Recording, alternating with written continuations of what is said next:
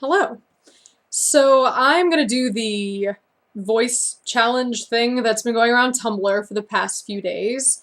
Some of you sent me different questions and requests from the list, so I am gonna go ahead and answer those questions and fulfill said requests, I guess. So yeah, the first one that I got was to recite a poem. So I chose a Clementine von Radek's poem called Paper Body, and I guess I'm gonna go ahead and do that. I wonder if you know yet that you will leave me, that you are a child playing with matches and I have a paper body. You will meet a girl with a softer voice and stronger arms, and she will not have violent secrets or an affection for red wine or eyes that never stay dry. You will fall into her bed, and I'll go back to spending Friday nights with boys who never learn my last name. I have chased off every fool who has ever tried to lay beside me. You think it's romantic to fuck the girl who writes poems about you. You think I'll understand your sadness because I live inside my own.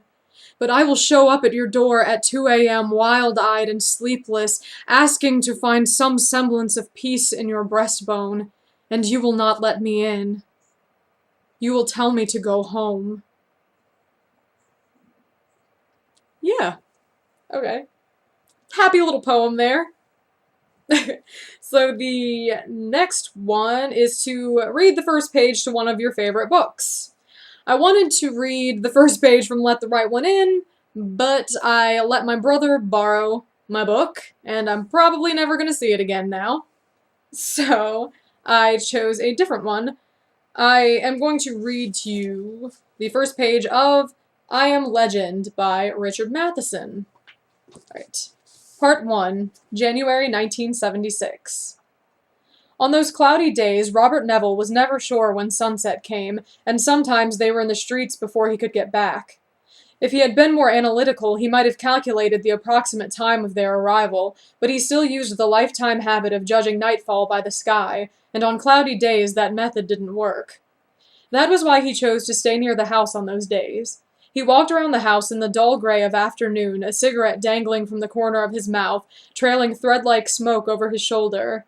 He checked each window to see if any of the boards had been loosened. After violent attacks, the planks were often split or partially pried off, and he had to replace them completely, a job he hated. Today only one plank was loose. Isn't that amazing, he thought. In the backyard, he checked the hothouse and the water tank. Sometimes the structure around the tank might be weakened or its rain catchers bent or broken off. Sometimes they would lob rocks over the high fence around the hothouse, and occasionally they would tear through the overhead net, and he'd have to replace panes. Both the tank and the hothouse were undamaged today. He went to the house for a hammer and nails.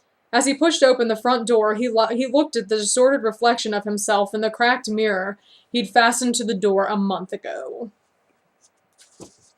Awesome. It's a really good book. Better than the movie. Sorry I said that, but it's true. Still love you, Will Smith. Alright. Okay. The next one. Say something in a different language. Je ne suis pas être ton ami. Google Translate that shit. Alright. Tell a joke. Oh god. I don't tell jokes, typically. So I used Google and found one that made me laugh, and I guess I'm gonna try to tell it to you now. Okay, so, a young couple has a pair of twins, and they put them up for adoption. Well, a couple from Egypt adopts one of the twins, and names him Amal. A couple from Spain adopts the other, and they name him Juan. One day, Juan mails a picture of himself to his biological mother, and when she sees it, she says, "Oh, I wish Amal would have sent a picture too."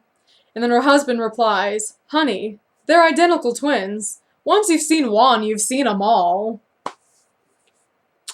So, yeah. I told that joke to my mom to practice, and she didn't even crack a smile. Actually, like, she legitimately said, "Oh, it's sad that, it's sad that that couple gave their children up for adoption." Like, yeah, Mom, it is sad that that fictional couple and that really shitty joke I told you gave their children up for adoption. Alright. Next. What is it? Talk about something that really scares you. Something that really scares me. Losing my parents. Actually, yeah, that really freaks me out. And assuming I don't kick the bucket first, it's gonna happen eventually. And I really, like, when I think about it, I get panicky, kind of. Like, they'll make jokes about how they're getting old and they're gonna die soon and whatever, and I can't even begin to find that funny. No. I, I can't. No. No. It freaks me out. Okay. Next one. Talk about something that makes you happy. Performing makes me happy. I've been doing it in one way or another since I was a kid. Like, I used to play the piano and dance, and I still occasionally act and sing. I played guitar for like 3 seconds and I was awful. But yeah, so I've always sort of performed, and I love entertaining people. I love making people laugh. It's really cool to have like strangers come up to you after shows and be like, "Oh, I thought you were so funny," or I don't know, "I loved your voice," or something like that. So really what makes me happy is compliments, is what I'm getting at this point. No, I do. I love making people happy, I guess. So, next question. What turns you on? Intelligence turns me on, a really good sense of humor. Like, if you can make me laugh, awesome. It's not really hard to do. Like, no, it totally is. No, I don't know. Just make me laugh. Yeah, make me laugh. What else? I don't know, I like it when I can kind of give someone a hard time and they just give it right back to me. Like, I don't know, I love smart-ass boys. I love them. So, yeah, that's kind of... did I, like, get off of the question somewhere there? Okay, anyway, the next one is what turns you off. Ignorance, bad hygiene turns me off. Bad kissing breaks my heart. Oh, God, it just... God, no. Yeah, just being a douchebag in general turns me off. Be a nice person. Say please and thank you. Be nice to your mother. Moving on. What is your favorite curse word? My favorite curse word is actually just my favorite word in general, and that word is fuck. I love it. I feel like you can express so much with it. It feels good to say it. I am a fan of the word fuck. Anyway, next question. If you're brave enough, sing us a little song. Alright, so I've pretty much, the reason why I'm doing this like 2 days after people actually sent me the questions is because I couldn't decide what I wanted to sing.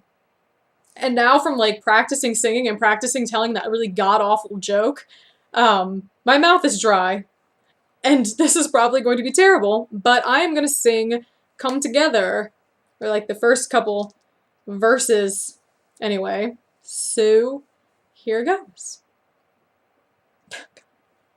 Here come old flat top, he come grooving up slowly. He got juju eyeball, he won holy roller. He got hair down to his knee.